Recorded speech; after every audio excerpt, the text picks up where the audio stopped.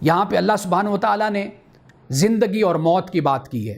قرآن پاک نے اس حوالے سے سب سے پہلے سورۃ البقرہ کو آپ دیکھ لیجئے۔ سورۃ البقرہ میں اللہ سبحانہ و تعالیٰ نے آیت نمبر 28 ہے، فرمایا کیف تکفرون باللہ وکنتم امواتا فاحیاکم ثم یمیتکم ثم یحییکم ثم الیہ ترجعون۔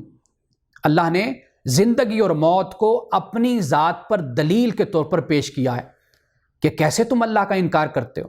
وکنتم امواتا، تم مردہ تھے، یعنی اس سے مراد یہ ہے کہ یہ جو ہم زندگی اس وقت جی رہے ہیں، اس سے پہلے کی جو حالت تھی اس کو قرآن نے موت کہا ہے۔ وکنتم امواتا فاحیاکم، پھر اس نے تمہیں زندہ کیا، ثم یمیتکم، پھر وہ تمہیں موت دے گا، ثم یحییکم، پھر وہ تمہیں زندہ کرے گا، ثم الیہ ترجعون، پھر تم اس کی طرف لوٹائے جاؤ گے۔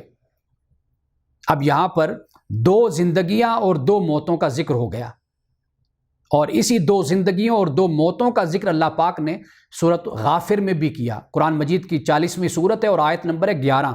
قالوا ربنا، اور وہ کہیں گے اے ہمارے رب، امتنا اثنتین واحیتنا اثنتین، کہ اے اللہ تو نے ہمیں دو موتیں دی اور تو نے ہمیں دو زندگیاں دی۔ فاعترفنا بذنوبنا، ہم اپنے گناہوں کا اعتراف کرتے ہیں۔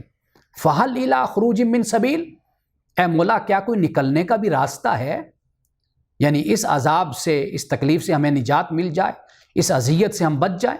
فہل الی خروج من سبیل، کوئی نکلنے کا راستہ بھی بتا دو۔ اب یہ کیا ہے؟ یہ حشر ہے۔ دنیا میں نجات کے راستے موجود ہیں، عذاب سے بچنے کے راستے بھی موجود ہیں، لیکن آخرت میں عذاب سے بچنے کے راستے موجود نہیں ہیں۔ رسول اللہ صلی اللہ علیہ وسلم نے یہ فرمایا کہ جو فوت ہوا اس کی قیامت اسی وقت قائم ہو گئی، اب اعمال کا سلسلہ ختم ہو گیا، اب آگے جو کچھ بھی جمع کر کے آیا ہے اب وہی اس کے پاس ہوگا اور وہ اللہ کی بارگاہ میں اس کا جواب دے گا۔ اب یہاں پر جو یہ فرمایا، اس لیے کہ کفار و مشرکین زندگی ہو یا موت، یہ اپنی تدبیر کا نتیجہ خیال کرتے تھے، یعنی وہ یہ سمجھتے تھے کہ یہ زندگی ہے، یہ بھی ہماری تدبیر، ہماری حکمت، ہمارا سلیقہ ہے جس کی وجہ سے ہم زندہ ہیں، اور یہ جو موت ہمیں آتی ہے یہ بھی ہماری اپنی وجہ سے آتی ہے۔ اس میں کوئی شک نہیں ہے کہ ظاہری اسباب ہیں، انسان کی زندگی طویل بھی ہو جاتی ہے، انسان کی زندگی مختصر بھی ہوتی ہے، یہ ظاہری اسباب ہیں، لیکن حقیقت یہ ہے کہ ایک شخص کوئی 1000 سال بھی جی لے گا لیکن اس کو موت آئے گی۔ 950 سال حضرت نوح علیہ السلام نے تبلیغ کی، اور اس سے پہلے آپ دیکھ لیجئے ان کی کتنی زندگی ہوگی، وہ قوم بھی زندہ رہی لیکن آخر موت آئی، زمانہ گزرا۔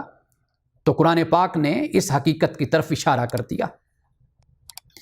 اب یہاں پر کفار و مشرکین نے یہ کہا کہ پہلے والوں کو بھی ڈرایا گیا تھا، اسی طرح ہمیں بھی ڈرایا جا رہا ہے، بس یہ تو قرآن کیا ہے، نعوذ باللہ، ان ھذا الا اساطیر الاولین، یہ تو پہلوں کی بس ایسے قصے کہانیاں، من گھڑت افسانے ہیں جو ہمیں سنائے اور ہمیں ڈرایا جاتا ہے اس سے۔